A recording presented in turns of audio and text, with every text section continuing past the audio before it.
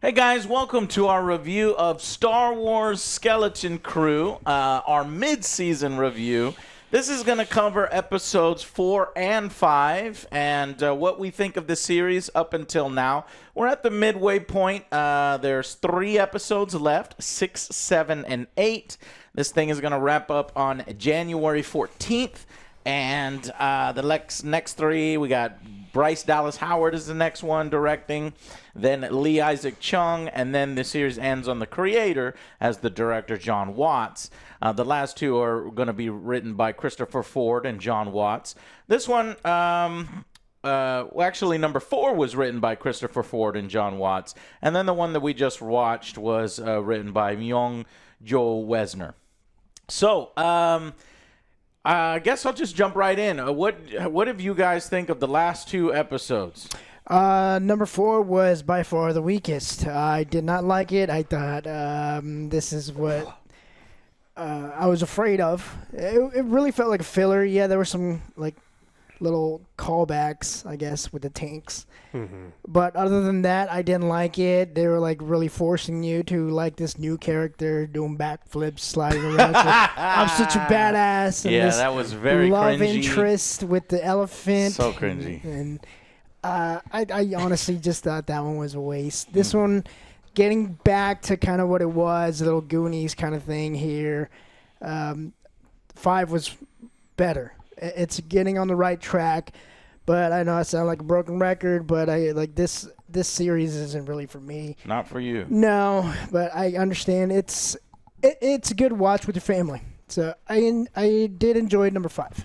4, no. Yeah, I mean, you said it right away. It's a mid-season review, right? Like, everything about this, at best, is mid, as the kids say.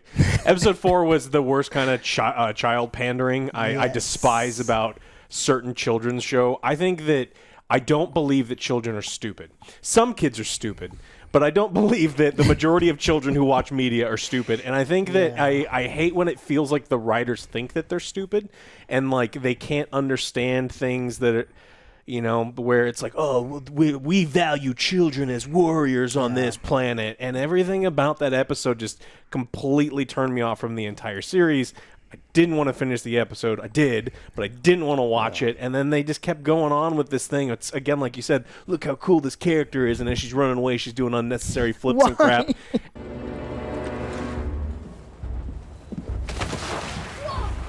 I can take you somewhere safe. And, like, the accents are ridiculous and everything about it's not very good.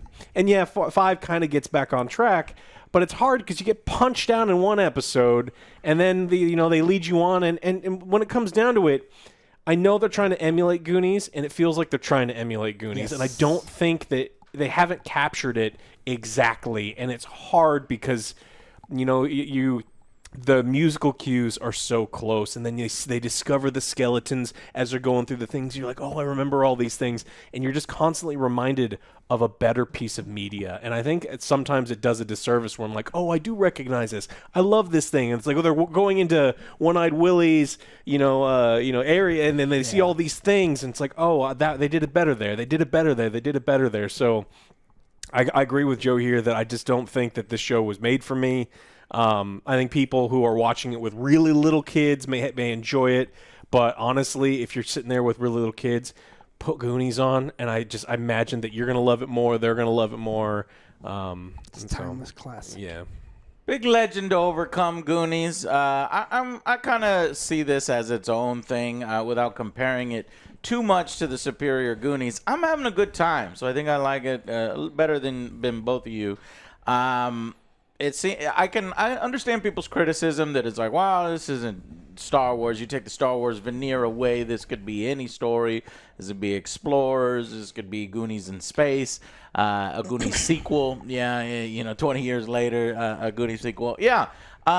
Is it going to be as good as the legend Goonies? Nah, I don't think so. I think my biggest problem so far is the kids don't seem fully developed. We've had like 5 episodes now, and I don't really care about any of the kids. I'm not endeared towards them as I was in Goonies. The first 15 minutes, the first 30 minutes, I already like some of the kids. Or, I have a a character I can identify with or, see as friends. But none of these kids really seem identifiable with. Maybe for the younger generation, I'm not sure. But, Wim is just kind of annoying. Fern is just dumb. And I do like the elephant kid because he's a softie, a heart of gold. And then the engineer chick with the Geordie chick, basically, from Star Trek. KB, she's fine, but none of these, kids are really standing out. No. And now it's kind of completely taken over by Jude Law's performance because he's the greatest actor on set there at Skeleton Crew. And he's kind of carrying it for me. Jod. And I'm really focusing on Jod. But I just wish that I had more attachment and like for each one of these kids. Like, I wish I was like, yeah, Fern, man, that guy's badass. Like, that was me when I was a kid. It's just, they're kind of annoying. They're kind of just there. And in Goonies, you're on the adventure with the kids. You feel like they're your friends. You feel like you were there. Like, I just kind of want to get rid of the kids and just see Jod and Smitty or Shmee. SM33 kind of do their thing. But yeah, that wouldn't be what they're going for.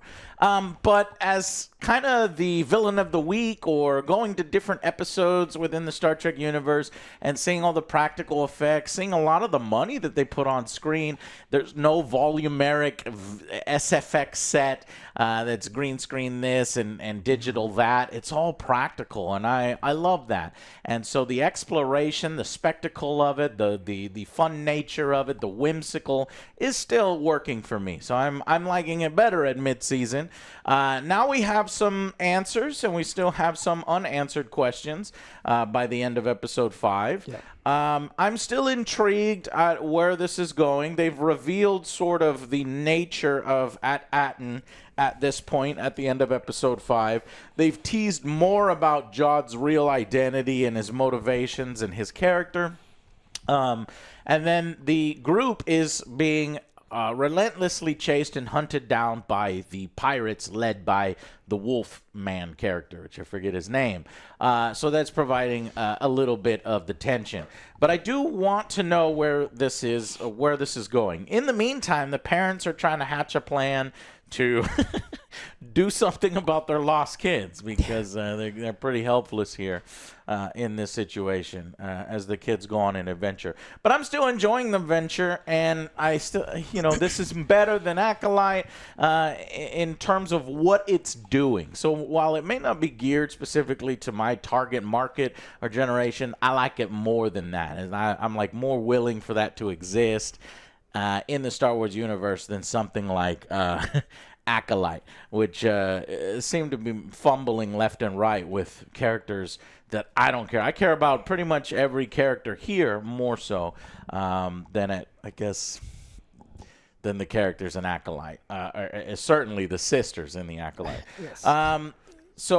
But comparing it to Acolyte, it's a pretty low bar. Yes. So you see there where the boys are coming from. But like I said, I'm having fun on the adventure, and I'm enjoying it. So I'm hoping that the last 3 episodes really gives us a satisfying payoff, give some of the children a little bit more to do, a little bit more of character arcs individually, especially for Fern. This guy is just dropping the ball everywhere. He's just a kind of a screw up.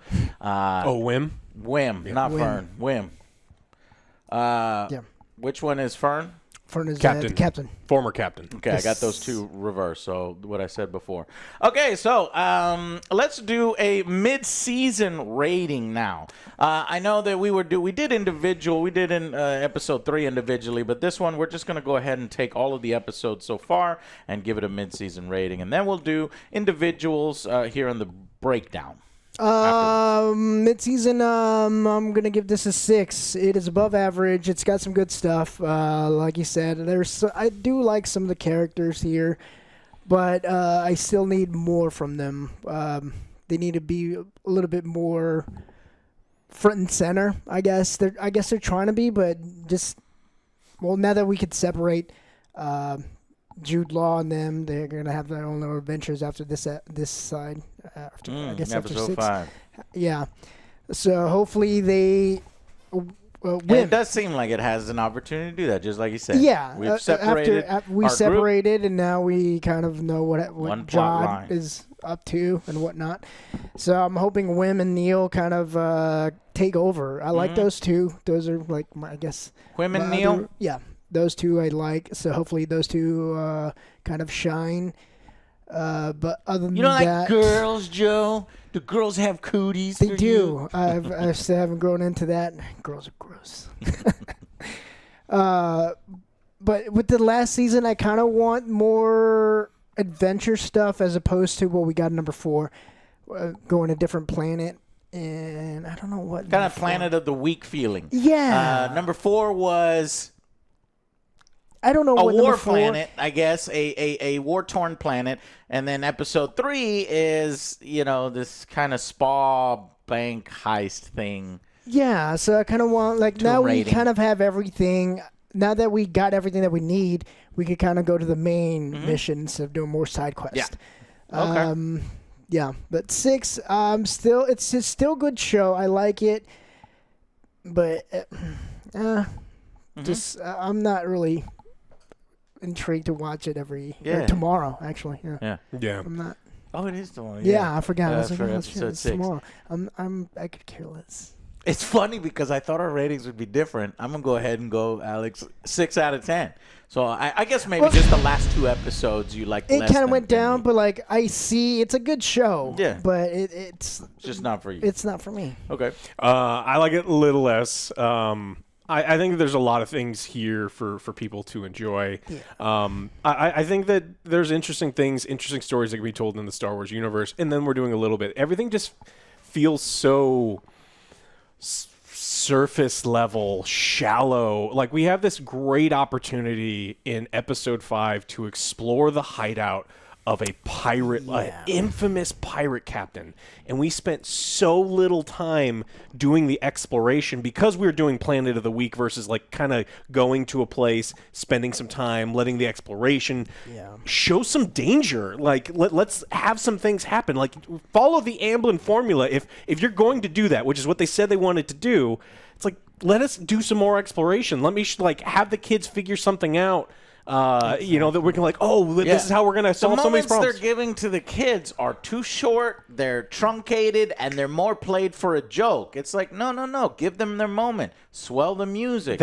Make them congratulate each other. Yeah, that's how you endear me to these kids, which in no way have you endeared me to because you're not doing these things. So I think that they're trying to follow something. They're doing a very poor job in following the blueprints for it. And so I think that they do some of the things right, but I think they're doing a lot of the things wrong. And so I think at best it is right now average.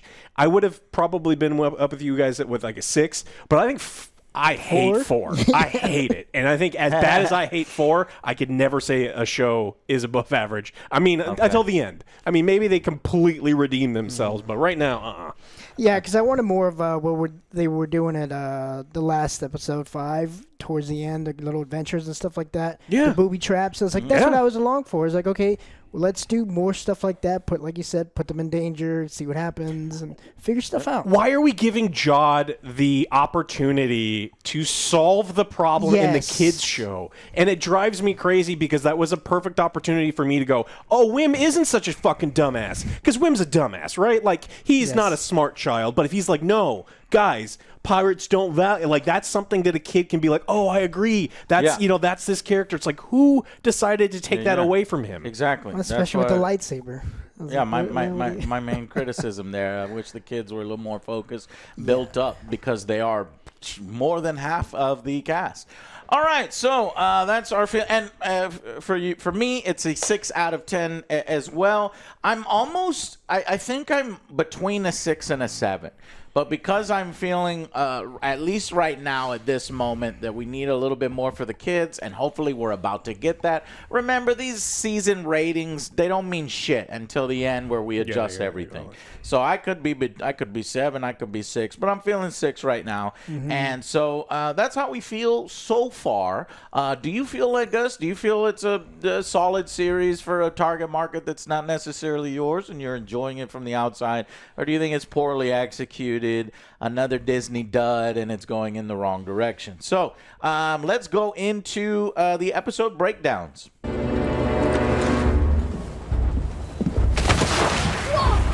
I can take you somewhere safe. Follow me, quick and quiet. Okay, episode 4. This one is the one the boys hated a lot. Can't say I remember no Atten. I'm really digging the SM33, and this is the episode where they go to this war-torn, ash-covered planet at Atten. Right, and well, they think it's at Atten because the pilot is taking them there, but it looks weird. It's like a carbon copy of their planet, just apocalypse. And I'm like, at first I was super intrigued. I'm like, what is this? Time travel? Please don't tell me no. And then I kind of realized, these are all template planets. Yes. There's at Akrim is, I think, the name of this particular planet.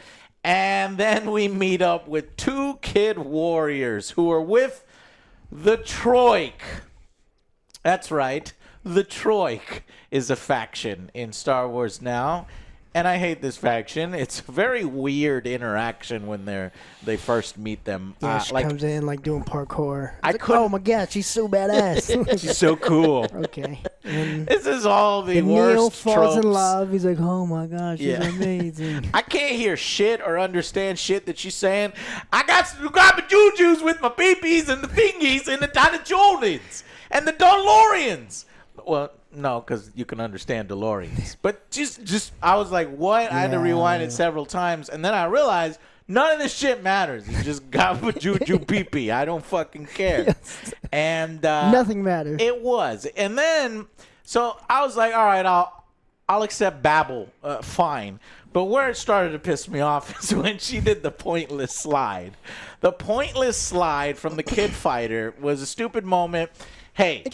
If we thought the moment was stupid in Boba Fett where the guy does a fucking spin for no reason before firing, this one was even less of a point where she slides, she's at the bus, and oh shit, they're coming, everybody hide, and she does double backflips. Stupid. And it's to make the kids in awe of her, but you don't need to do it. You don't need to do it. Are kids going, well, no. The fact that she is a war-torn soldier, she's dirty. You could have her firing off a few shots from a rifle, and they're like, wow, her life as a kid is completely different from mine. You can achieve the same thing, but the fact that it's so whimsical and so, cringe, it did take me out of it. Yes. So eventually they go to the father, or I guess her father is a part of this faction, and they're like, we value children as warriors on this planet. Like, and their children are just as cool as adults. Sometimes they're even smarter. And any kids watching should love this episode because, it was just a pandering episode. I don't know who wrote or directed this, but we have wildly different opinions on the intelligence of children. Well, and I think they did a horrible job. A fucking horrible job. This is the series creators, Christopher Ford and John Watts. Jesus, I hate this series, and I think that the finale is going to be garbage if it's him. It was directed by 2 Daniels, Daniel Kwan and Daniel Scheinert. 2 directors. But they went too far in the whimsical direction. I think that if this was pure post-apocalyptic Mad Max where they were taking their job serious. There was fucking danger. It's like, wow, child soldiers. It's as if Disney was like, don't worry, no, they're not really child soldiers. They're not really dying. Look, she does flips. She does parkour. She's having a great time. No, lean more into the fact that this is a fucked up world that is on the brink of destruction. They're talking about starving each other out by like they're dealing with heavy topics, and you can do it in a way that it makes sense. And again, this was trying to straddle that line, and it didn't not work. all kids are idiots. They can understand complicated things in Star Wars, and they always have. Then the daughter, Hannah, saved them. Oh, you also had this little tiny kid, like, hitting the skeleton crew, acting all tough and mighty. I'm like, all right, another thing that's annoying me here. But anyways, they're like, oh, you're looking for the hidden knowledge in the knowledge in the hidden sanctum. And, yeah. Oh, and then we have the Neil and Hannah. Now, this is an all right scene where they're talking with each other. She's kind of describing her life and what goes on, and Neil is getting a crush on her. He's in awe of her. This is fine. And this is where I like the episode. And, you know, I couldn't Neil, get on board. I know. Yeah. Neil says to, like, just apologize, you know, kind of thing. It's a good moment, I think. And then, you know, the one time he describes one time though he had to fight, like, his little brother. He got beat up. He got beat up. He lost. You know, just being honest, and his honesty and good heart convinces Hannah to I don't know, endear Neil towards. I don't think she, like, reciprocates. Gotta hope not. It reciprocates his crush feelings. No, over not her. really, because, like, towards the end, he's like, okay, well, good luck, gives him a kiss, and then she's standing on the thing and does backflips. Backflips and away. Like, all right, I'm leaving. Backflip. And I was like, Right. So she gives him a kiss. It's just incidental that she gave him a kiss. She's just being nice to him. and this is another episode, too. Is like, honestly, nothing really happened. We get the coordinates at the end, True. and then Jod. It's a filler episode. Yeah, for sure. Jod fixes the problem. He's like, oh, whatever these things, I brought him back. Here you go. Yeah, the real thing that They're- happens is they go on a raid, and they're kind of forced to scout. The skeleton crew is being pushed and prodded, and they're forced to scout. Thankfully, instead of it turning into a child murder scene, we have it's Jod. He comes fixes through it again. I was like, it should have been the He shows kids. up, right, and he rescues them with the herd because he came after outside the ship, and he ran into the pirate. How he got out of that? He gave him a bunch of money. Yes. Yeah, gave him a bunch of money, even though they'd be like, money? Okay, I'm just going to kill you and take all the rest of your money because there's a kid war show. going on here. He's a Right. kid show. But he basically bought some of the Yeah. herd with the coins, and then Hannah takes them to the fallen sanctum. Yeah, She and does the then- pointless flip away. And I wrote here, he crushes hard on Hannah as she does a pointless flip away. At least she's consistent in her buffoonery. She's continuing to do the pointless flipping and parkour. And I was like, all right, well, at least they kept it up. At A2, at Akron, at Arissa, at Aravan, at Akoda. Hey! I fucking rewound this 3 times, getting them all. That's fine. So did I, didn't you? So they when they I go to the didn't care. hidden, I know, right? Yeah, I was like, but I was like, I have to I write this could care down in less. case it's important. So they find all the different Yeah. treasure planets, and this is one of them. And so it turns out, not all the planets are destroyed. There are some that are like this that are in a bad shape. And it was Shmi that he kind knew of about it. Yeah, he was ordered by his ex-captain to not know anything about it, and if anyone comes looking, to fight them. Kill him. And then he goes into murderous rampage for the kids. Who disables him? Yeah. Yeah, it was really shitty. If all robots have an off button on their the back of the fucking head or whatever, I'm like, that's not an effective robot. You gotta hide your off button there. Yeah, but who disabled him? I don't remember who. I think it was Jod. Oh. Oh, Jod did the whole rescuing the kids again. So Fern gets fucking pissed and she runs off and she's all throwing a fit. Our favorite captain character here. However, I did think it kind of resulted in a good scene. So she starts crying. The captain is crying. And by the way, Wim still sucks. Is it Wim or Wim? Wim. He still sucks. I wrote it down. Wim still sucks. You still suck, I Wim. fucking hate him. But That little kid right there, he sucks. so He's so mad he she's wrote it literally down. crying, and he's next to her, and he says, "You'll think of something." So, as every buffoonery dude trying to console a woman puts his foot in his mouth, because she's like, and she makes a good point. Have you She's tried calming down? Yeah. Oh, Wim, you have a lot to learn. right? And she goes, "You can't just say that and expect me to fucking just do everything." And that was like the one time I identified with Fern, because people are like, "You'll think of something." It's like, why do I have to think of something? You know, it's like Because you don't want Wim to think of something. Yeah. And she's like, I'm, you can't just say that, expect me to do everything and do as I'm told like a droid, is the point she made. Yeah.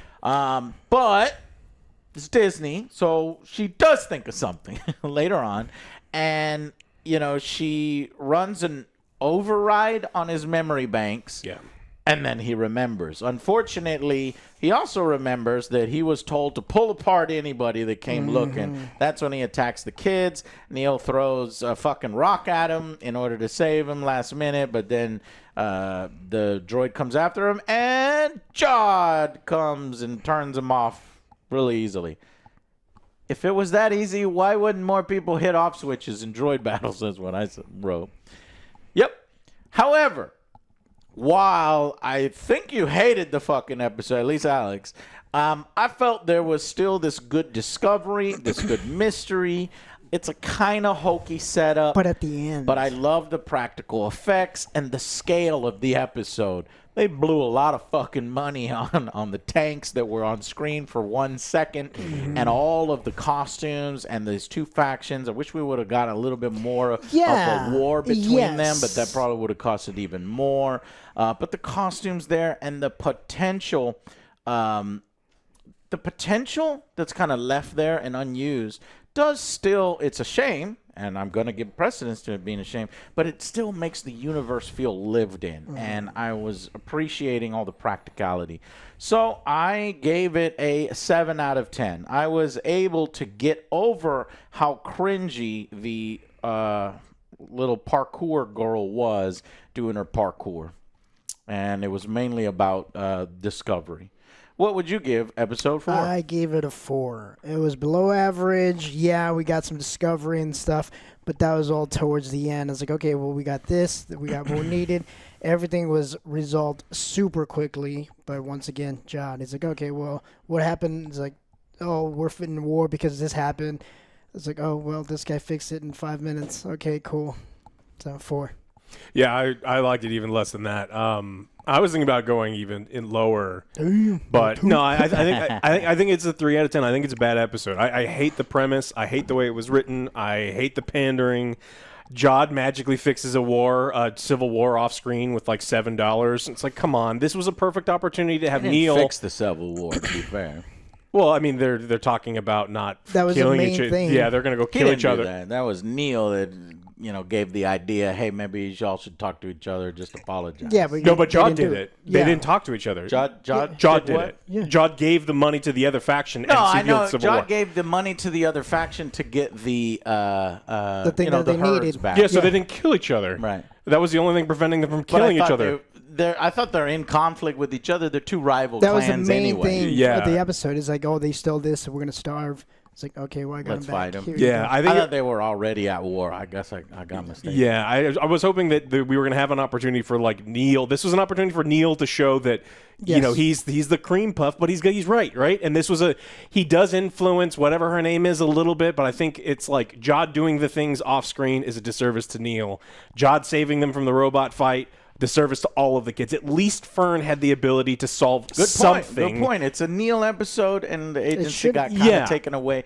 Oh, yeah, there's a good moral lesson. Yeah, I do like Neil here. I like that Fern finally had something to do.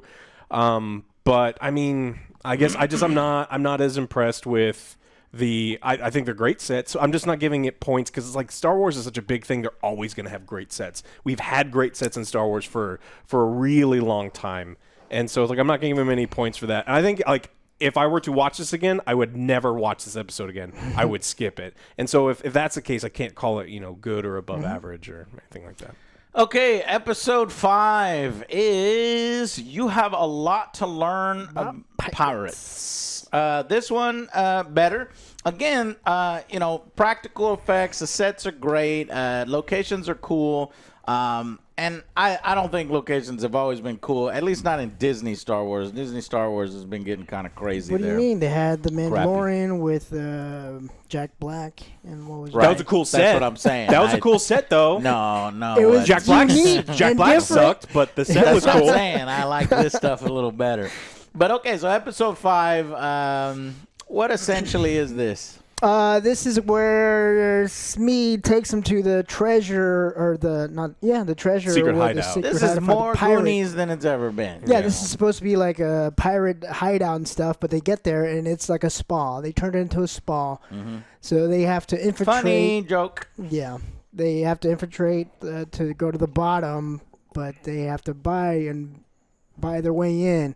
But there's no kids allowed. And I thought they were going to do like the Obi-Wan and the trench suit and stuff like that. That's kind of what happened. They did.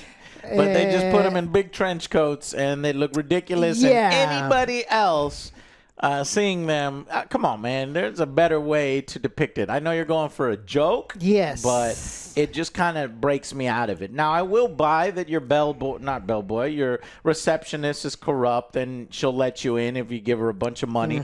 Doesn't mean she's going to, every single security officer is going to let you buy, because later on one of the security officers is like, who the fuck are you? Nuh-uh.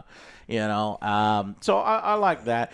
The episode actually starts with the parents kind of having this plan to hack the system and figure out their kids.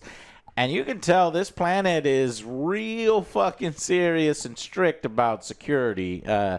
He plugs in a fucking USB kind of port to hack it, and they detect a power surge almost immediately. And the parents are terrible at this, so they're like, yeah, show me your hand. Show me your other hand, and show me both hands at the same time, and they get in trouble. So they're trying to do something, but ultimately nothing. Instead, we get kind of a fight between the captain and Jude, and we figure out that the ship is owned by the most notorious pirate the galaxy has ever known. I forget the name of the pirate, but his ship's name I wrote down, the Onyx Cinder, and legend has it that he was onto the treasure for At-Atten, but then disappeared. Yeah. But with memories back, SM-33 is able to kind of tell them pretty much everything, or it gives a little bit more backstory there. And then Wim just starts crying. He just walks off, leaves. Wonderful character. This is not exactly what he wanted. He wanted adventure, but he misses his parents. He misses everything, so he's sad. And this is where granted, he is a John, kid, yeah, and I John don't know. is trying to comfort him and stuff like that. So Yeah, and this may be like what a kid would really do, and you're trying to put expectations on the kid, and he's but he's not a hero, Joe. It's not like it. But there's ways to do it. I mean, we'll look at Goonies and look at child actors pining for feeling overwhelmed. And they did it well in Goonies because they had another cast of the Goonies do it, and you have kids in the room that could have comforted Wim. This was an opportunity for Fern to sit next to Wim and soften up, and instead they had fucking Jod do it. Jod does everything. It's as if the directors and the writers are like, once we cast Jude Law, this just came. Oh, he's great. And this he's became so the dreamy. Jude Law show instead of what it should have been, which is the fucking Goonies. yeah, a great moment where they're underneath the well. He's like, let's just go home. He's like, no, All our the time agency is now. is being That taken was a great away from the moment. kids and their character development and their discovery and becoming not an adult but smart. Yeah. All right. Anyways, Pocket, this Other character pirate shows with up. He's like, white hey, eyes. I know you. Go ahead. Yeah, she's like, I know you. He's like, Jesus, how many names do you have? So they gave him another And name. this is right in front of the receptionist. I'm surprised she's like, all right, no, this is too much. Just get the fuck out Well, of yeah, here. she was going because to. the banking clan Yeah, she is was here. going to, and he just like He had to give gives her a whole everything. bunch. Okay. So he gives her a whole bunch. He's like, okay, and get out of here. And now they're in panic mode because she knows there's a bounty out, and they have probably less than an hour. So they need to get what they need, and get out. And they split up. And I felt like Jude Law in this series, because the kids are all bickering and stuff like that. He's like, "Oh my God, shut up!" It's like, but they're kids. I get it. They're kids. But you're on Jod's side, right? Yes, I am. It's like we are about to fucking die. They're bouncing coming on for the us. couch. Yeah, it's like they're coming for Why us. is the show making them annoying? There's a scene where you can have the kids bouncing on the couch, but not depicted in a way where it's like, get the fuck off the couch. They're We're about coming to for die. us. They're gonna kill us. These are pirates. And played for laughs, I guess. know. I was like, let's go. That's It's like, well, the I want to go with writer's him. It's like, all right, you two go over here. It's like, well, I don't want to go with them. You go with him. Yeah. Let's just go. We are going to die.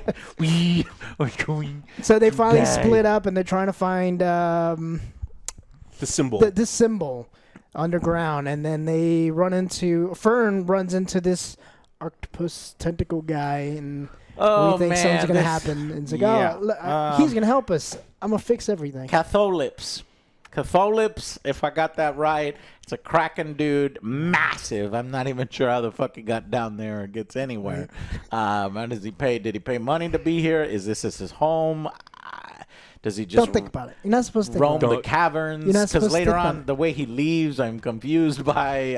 Okay, you're not supposed to think about it, right? Mm-hmm. So yeah, Pocket does call the bounty in. Mm-hmm. They show up, and these two sort of officer escorts. When they greet you and tell you to be nice and shit, they just blow them up. So wanton murder right there.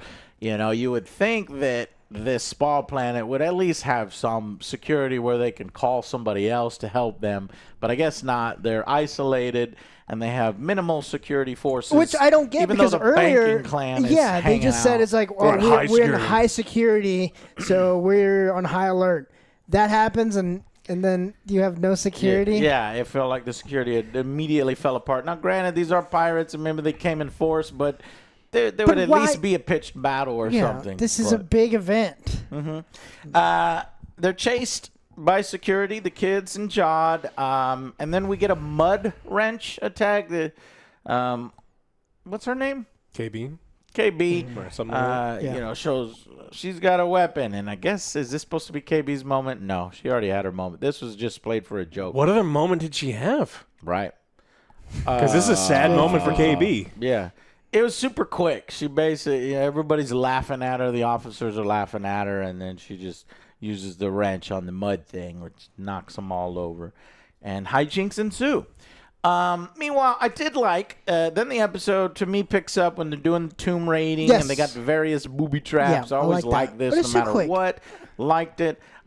Dude, then the security people are following them down. The pirates are following them down the same path. I was surprised when the security dude dies by getting shot in the fucking chest, and they're showing it And in its impaled. complete, and in its entirety. And then he was careful not to float up and slam into the spikes, but he gets shot and floats up and slams into the spikes. I'm like, God damn. Again, playing with the tone of the series.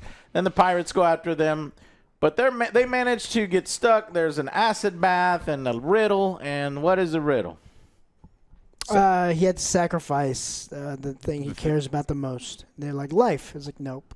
These are pirates. Yeah. Treasure. No, you stupid children. Man, that's a real easy key right there for to open up. It was a win. All that. All you got to throw is a penny. I just give you one penny, and then I can get access to $14 Yeah. trillion. I don't know work, what man. that is, but okay, fine. Because you wouldn't get it unless you're a pirate. But the only one probably about to steal your treasure would be a pirate who would know that the ultimate sacrifice is your loot. Okay. I felt like Jod was kind of condescending in this one. He's like, because Wim's like, oh, treasure. He's like, that's right, treasure. Yes. Yeah. He's sick of the shit. John is sick of the kids at this point. We're about to get to it, and Yeah. I'm liking it. So that actually adds points instead of takes them away. So yeah, they throw in the little thing, and then the acid just disappears. And then I'm they like, go I would down. not step on any of that shit. I would not do nothing. No. My shoes would fall apart. But okay. So then they go in there, and there is treasure galore. There's a big skull of some animal. I'm like, is that the same Kraken creature or something back there? Who knows? But But if plenty you've of seen the movies, it's like, hey, don't touch anything yet. right. And It's that's what he all says. booby trapped. Yep. And it is, but they find essentially the captain's log. They find by finding some rotten food, but then good-looking food right next Neil to found it. it. Just yeah, Okay. and it just opens up. But you see these tiny little things from the kids. It was just a kid going, "Hey, look, meat." It wasn't like I want them to figure and stuff out. Jod rescues them again meat. because if It's not he rotten. wasn't there to hold Neil, being Well, we don't know what's going to happen. right, Yeah. because that might not have been a No. death trap. Because it's if not. it was, the kids would be dead right now. But basically, a can only trap hope. door basically drops the floor out from under them. And but anyways, they get the location of Atten for real this time, and well, Jod has a turn. Almost immediately, he hears the pirates breaking in, and then he says, "Okay, did we also gain access to the controls in this unit?" They said yes, and he says, "Okay, well, flood the fucking area," and you just hear those guys like they're dead. And I don't think the wolf died because they wouldn't just do that off Urkel's screen. still alive. But hopefully Urkel is Yeah. gone and all those No. people are gone. You think Urkel's Urkel? still alive. Okay, with the He's Sonic, too. bullseye. Yeah, exactly. Bullseye eyeglass. Hopefully he does a spin shot, Joe, before the end of the God. series, like in Boba Fett. But he kills a bunch of the pirates, and then he immediately challenges the captain under the rules, and Shmi has to follow the rules, and it's one-on-one combat because it never anticipated child versus adult. So, though the rules to challenge the captain is pretty fucking easy, you can just be like challenge the captain when he's not looking, and the robot's like, all right, challenge the captain. It's almost like all in one stroke. Yeah, everyone's like, oh my God, he turned on us. And then KB was crying. Yeah. I see her crying. I was like, oh no. I didn't see her crying. Yeah, and then Wim's like, this is my moment. Grabs a lightsaber. But he's an idiot. I was like, do you not know? Do you know which side? Exactly. ignites? I'm like, And I was like, please do it. Because yes, me too. I was the like, thing this- that happens is he ignites it and has his moment, and then Jod pushes him away. But they do it. They don't kill the kid. I was thinking, well, I thought he you was better going be to impale holding it his right. leg or something. It's Yeah. like, nah. Yeah, but it bounces off the ground, just barely misses him. And he's like, this isn't the movies, kid. Yeah, because like you would see the other part. No, okay. not Wim. Well, Wim it is could be- really stupid. He's really Well, I think we've established to be this. fair, Luke So- was like, oh, what is that? Yeah, but he didn't have his finger on the trigger.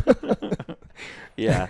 But then the kids, he is going to capture them and kidnap them. And the kids are like, well, got no choice. We're going to go through the trap door.